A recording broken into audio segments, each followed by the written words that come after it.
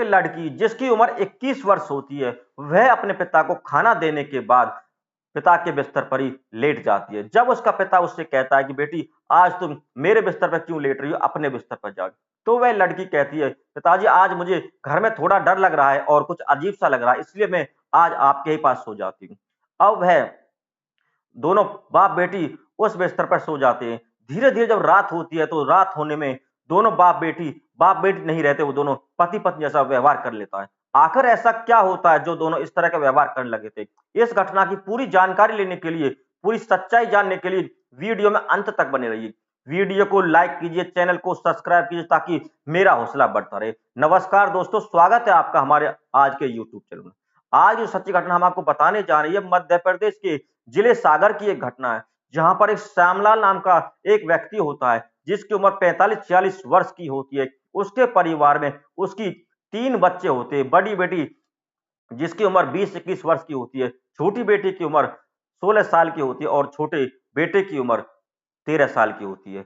अब श्यामलाल की पत्नी का देहांत 2 साल पहले ही हो जाता है। अब श्यामलाल सोचता है कि मेरे छोटे-छोटे बच्चे हैं, इनको खाना बनाने के लिए, घर को सँभालने के लिए मुझे दूसरी शादी कर लेनी चाहिए। वह दूसरी शादी करने के लिए सोचता रहता है और इधर-उधर घूमता रहता है।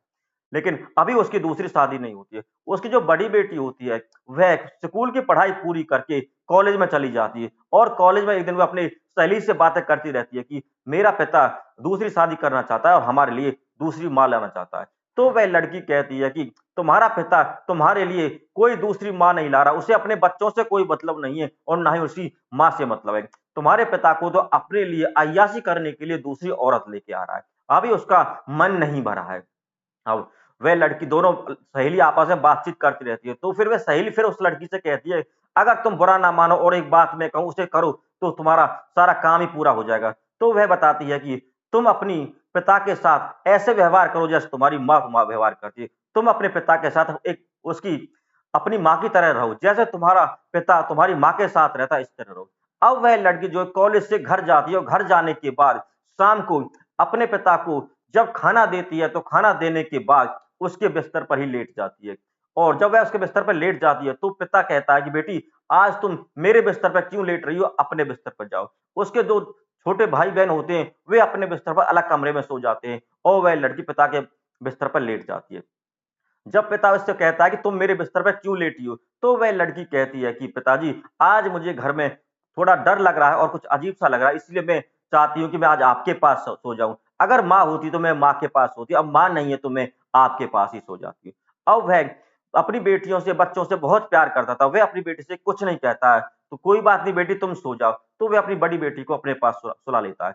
जैसे ही रात होती है, रात में वह बेटी धीरे-धीरे अपने पापा के शरीर पर धीरे-धीरे हरकतें करने लगती है, उसे टच करने लगती है।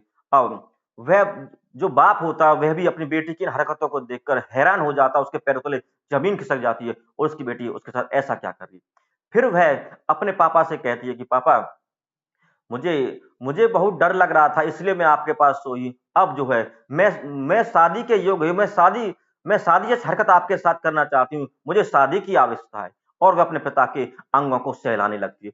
धीरे-धीरे जो है पिता के जो है अंग जो है उजागर होने लगे, उनमें भी उत्तेजना आने लगती है। अब जो दोनों दोनों पिता-पुत्री दोनों एक-दूसरे से मिलने लगते हैं। अब वह लड़की कहती है, पिताजी इस काम को करने से कुछ नहीं बिगड़ता, मेरा क्या बिगड़ेगा? आप जितना मर्ज़ी है उतना कीजिए, जब आपका मन करे तब मेरे साथ इस तरह रहिए। अब दोनों पिता-पुत्री जो है पति-पत्नी तरह दोनों रहने लगते हैं और रात बिताने लगते हैं। अब जो है पिता और वो पुत्री जब उनका मन करता है, दिन में हो, रात हो, जब भी अपना एक साथ रहते हैं और इस तरह वह कई साल तक करते रहते हैं। जब कई साल हो जाते हैं तो एक दिन उस लड़की के पेट में दर्द होने लगता है। वह अपने पिता से कहते हैं, पिताजी मेरे पेट में बहुत ज़ोर से दर्द हो रहा है, ये असहनीय दर्द मुझे सहा नहीं जा रहा। तो वह पिता कहता है कि मैं तुम्हें हॉस्पिटल लेके जाऊँगा। जब वह अपनी बेटी को हॉस्पिटल में लेके जाता है, हॉस्पिटल में डॉक्टर उस बेटी का चेकअप करते हैं, तो पता चलता है कि वह लड़की जो है 5-6 महीने की गर्भवती होती है, वो पेट से होती है। अब जो है उस श्यामलाल नाम के आदमी के पैरों तले ज़मीन खिसक जाती है, वो हैरान हो जाता है और वह जैसे उसके पैरों में पानी आ गया हो, वह इस तरह जम जाता है। अब वह उसी समय उस नर्स के पैरों में गिर जाता है और पैरों को पकड़ लेता है। वह कहता है, "डॉक्टर साहब, आप आप मुझे बचा लीजिए, आपके हाथ में ही मेरी इज्जत है, मेरी बेटी पता नहीं कहाँ से ये मुँह काला करके आ गई है और मेरी इज्जत खराब कर देगी और मेरी पगड़ी को लोगों के पैरों में उछाल देगी। अब आप ही मुझे बचा सकती हैं, कैसे भी करके आप मुझे बचाइए। वह इस तरह डॉक्टर के सामने गिड़गिड़ाता रहता है। अब डॉक्टर उससे कुछ पैसे लेती है और उस लड़की की सफाई कर देती है और उस श्यामलाल की इज्जत बच जाती है। अब दोनों बाप-बेटी वहाँ से सीधे अपने घर आ जाते हैं। अब यह बात ऐसी बात छुपाए छुपती नहीं, ये सारी बात गाँव के सभी लोगों को आस-पास में सभी को सभी में फैल जाती है और गाँव में यह बात उड़ जाती है कि श्यामलाल और उसकी बेटी का आपस में चक्कर चल रहा है, दोनों एक-दूसरे के साथ संबंध बनाते हैं और दोनों एक साथ पति-पत्नी के साथ रहते हैं। उसकी जो बेटी है, जो गर्भवती भी हो गई थी और उसने फलाँ हॉस्पिटल में जाके अपना सफाई कराई है। इस बात की खबरें उड़ती रहती हैं, लेकिन जो है पिता-पुत्री जो है अपनी हरकतों से बाज नहीं आते, फिर इस तरह अपना काम शुरू करते रहते हैं और चलता रहता है। जब उनकी बातें पूरे गाँव में ज़्यादा उड़ने लगती हैं, तो वह लड़की शर्म के मारे रहा नहीं जाता, वह शर्म के मारे खुदकुशी करने की सोचती है और एक दिन वह फांसी के फंदे पर लटक जाती है। अब वह लड़की फांसी के फंदे पर झूल जाती है, मर जाती है। उसके बाद उसका किस्सा ही खत्म हो जाता है। दोस्तों, अब ना रहा बाँस ना बजेगी बाँसुरी, ना तो वह लड़की रहती है और ना ही पिता के इस तरह की हरकत होगी। दोस्तों, इस तरह की कहानी को बताने का मतलब हमारा आपसे किसी की भावनाओं को ठेस पहुँचाना नहीं, ना ही किसी को दिल को दुखाना है।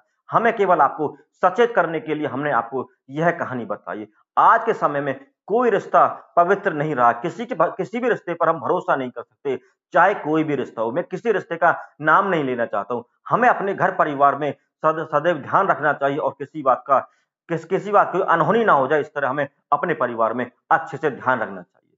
दोस्तों, कैसी लगी आपको हमारी ये वीडियो? कमेंट करके हमें ज़रूर बताइएगा।